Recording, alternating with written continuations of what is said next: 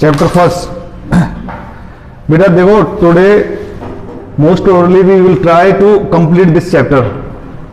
Okay, एक बार तो आपने पढ़ ही लिया है इस चैप्टर को, है ना। हम रिवीजन कर रहे हैं तो थोड़ा क्विक रिवीजन करेंगे, थोड़ा फास्ट रिवाइज करेंगे इन चैप्टर्स को, अदरवाइज तुम्हारा कोर्स है दोबारा से रिवाइज नहीं हो पाएगा। क्लियर था इसे? ये थे हम पेज 4 पर, ठीक है। अब इसकी बेसिक चीजों को देखना है कि किस तरह से जो फ्रेंच रेवोल्यूशन था उसका पूरे वर्ल्ड में ही जो सभी लोग थे, सभी जो कंट्रीज थी, मोस्ट प्रोबेबली सारी कंट्रीज की जो फ्रीडम थी, उनके कॉन्स्टिट्यूशन थे, है ना, कॉन्स्टिट्यूशन के फॉर्मेशन में भी बहुत इंपॉर्टेंट रोल रहा है। इसी तरह से इंडिया के कॉन्स्टिट्यूशन में भी जो फ्रेंच रेवोल्यूशन का उसका भी एक इंपॉर्टेंट पार्ट था, ठीक है। मैंने जैसे कल बताया तुम्हें कि तीन प्रमुख शब्द थे, है ना, 3 वर्ड्स, इक्वलिटी, ब्रदरहुड और लिबर्टी। ये 3 शब्द कहां से लिए गए हैं? फ्रांस से ही लिए गए हैं, है ना। अब देखो, जो फ्रेंच रिवॉल्यूशन थी, कल हमने कंप्लीट किया था कि किस तरह से वहां पर जो था मोनार्की सिस्टम था, है ना।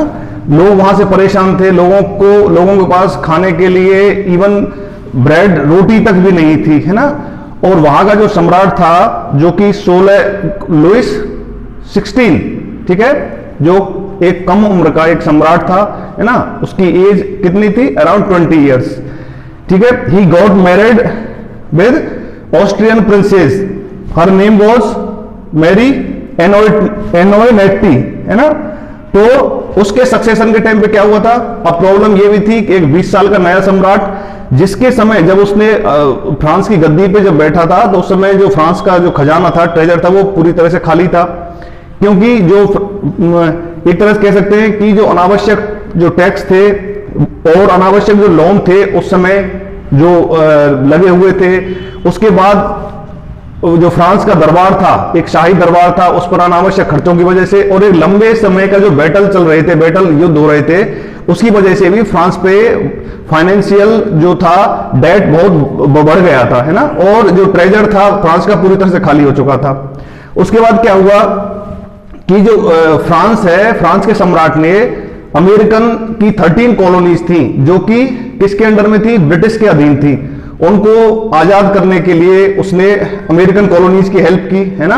और जो अमेरिका की 13 कॉलोनीज थी उनको स्वतंत्र कराया। अब जब सम्राट, क्योंकि अमेरिका का फेवर चाहता था, है ना, और जो ब्रिटिश कहते हैं ना, जो उस टाइम जो ब्रिटिश था उसका पूरे वर्ल्ड में मोस्ट ऑफ द कंट्रीज पर अपना आधिपत्य था उसका, फ्रांस का। अब जब देखा, फ्रांस के लोगों ने देखा कि जब जो फ्रांस का सम्राट है वो दूसरे देशों की तो हेल्प कर रहा है और उसे अपने देश के लोगों की कोई चिंता नहीं है ना।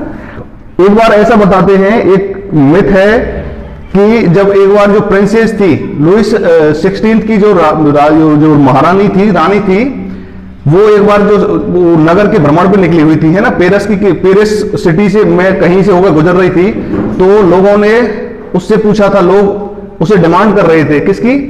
इवन एक ब्रेड की, है ना, कि तो उसने अपने जो साथ थे, उसकी जो सहेली कह सकते हैं, उसकी फ्रेंड, तो उसने पूछा कि ये लोग किस चीज के लिए परेशान है, किसकी डिमांड कर रहे हैं? तो उन्होंने कहा कि ये लोग ब्रेड की डिमांड कर रहे हैं, एक रोटी की डिमांड कर रहे हैं, क्योंकि इनके पास खाने के लिए रोटी नहीं है। तो उसने कभी गरीबी नहीं देखी थी, है ना, राजा शाही लोग थे तो उन्हें पता नहीं था गरीबी क्या थी। तो उसने सोचा कि ये लोग रोटी ना खा के, रोटी की नहीं, इन्हें केक दे दिया जाए, मतलब। तो उसे ऐसा लगा कि इनको केक दे दो, अगर ये रोटी नहीं है इनके पास तो इन्हें केक दे दो। तो उसे ऐसा लग रहा था कि इनके पास सारी चीज है, मतलब सब कुछ अवेलेबल है, क्योंकि उसे पता नहीं था गरीबी कैसी होती है ना। तो इस तरह से अब लोगों में क्या हुआ, धीरे धीरे लोगों में जो आक्रोश था वो फ्रांस सम्राट के खिलाफ बढ़ता गया। तो उन्होंने क्या करना शुरू कर दिया, उन्होंने फिर एक तरह से रेवोल्यूशन करना शुरू कर दिया, है ना, रिवोल्ट करना स्टार्ट कर दिया, जगह जगह प्रदर्शन करना शुरू कर दिया। उन्होंने जो फ्रांस के जो गवर्नमेंट के जो ऑफिशियल्स बिल्डिंग्स थी उनको लूटना शुरू कर दिया, और उनमें से उन्होंने एक तरह एम्यूनेशन इकट्ठा किया ताकि कि जो फ्रांस की वो सेना है उससे युद्ध किया जा सके। धीरे धीरे ये इस तरह से ये सारी गतिविधियां बढ़ती गई और फ्रांस की जो क्रांति है उसकी शुरुआत हुई, है ना। अब उसमें उस समय क्या था, 3 सिस्टम थे उसमें, जैसे उसे डिवाइड किया गया था आपके, एक तो थे क्लर्गी वर्ग, दूसरे नोबल, और जो थर्ड सेक्शन था, है ना, 3 सेक्शन में डिवाइड किया गया था उसे, जिसमें पीजेंट्स थे, है ना, स्मॉल बिजनेसमैन थे, ठीक है, और भी सारे छोटे छोटे व्यापारी आर्टिजन्स थे, है ना। ये इस तरह से इनको 3 कैटेगरीज में डिवाइड किया गया था उसको। अब देखो, अब जो टैक्स देना पड़ता था वो इन दो जो थे, क्लर्गी और जो नोबल पर्सन्स थे ना, क्लर्गी जो हो गए वो कौन, क्लर्गी कौन थे, जो चर्च के जो पादरी थे उनको शामिल किया गया था, है ना। तो जो गवर्नमेंट थी, फ्रांस की गवर्नमेंट उस समय जो था, तो जो मोस्टली जो इंटरफियर होता था वो क्लर्गी, चर्च के पादरियों का भी बहुत इंटरफेरेंस रहता था उसमें, ठीक है। उसके बाद नोबल जो शाही लोग हो गए, जैसे राज परिवार के जो लोग थे, उसके मंत्री हो गए, उसके फैमिली के जो लोग थे, उन्हें भी टैक्स नहीं देना पड़ता था। उसके बाद जो टैक्स लिया जाता था वो जो छोटे पीजेंट्स हो गए, बिजनेसमैन हो गए, आर्टिजन्स हो गए, उनसे लिया जाता था।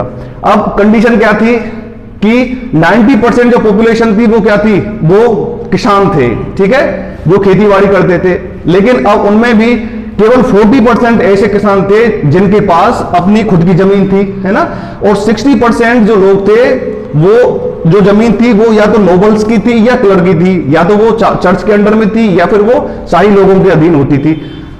और जो चर्च जो होता था वो उनकी फसल का, है ना, फसल का लगभग 1/3 हिस्सा क्या लेता था, एक तरह से कर के रूप में लिया जाता था, ठीक है। तो ये भी थे जो बहुत सारे उनमें कह सकते हैं ना असंतोष, जो कारण थे, असंतोष जो था धीरे धीरे इसी तरह से बढ़ने लगा, है ना, और इस तरह से जो फ्रांस की क्रांति की शुरुआत हुई थी।